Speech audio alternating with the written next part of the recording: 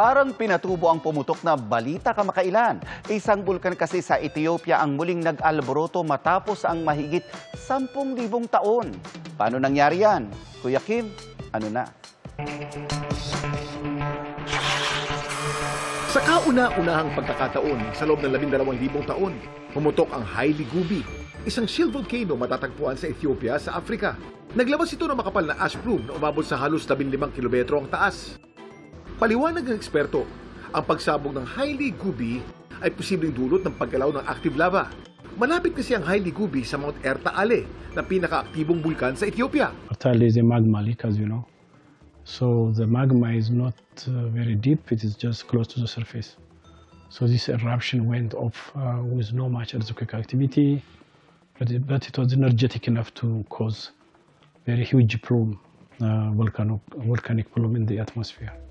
Batay naman sa datos ng Smithsonian Institute, walang tiyak na impormasyon kung kailan ang huling putok ng Haile Gubi. Pero kung ilang geologic evidence ang pagbabasihan, ang huling pagputok nito ay nangyari 12,000 years ang nakakaraan.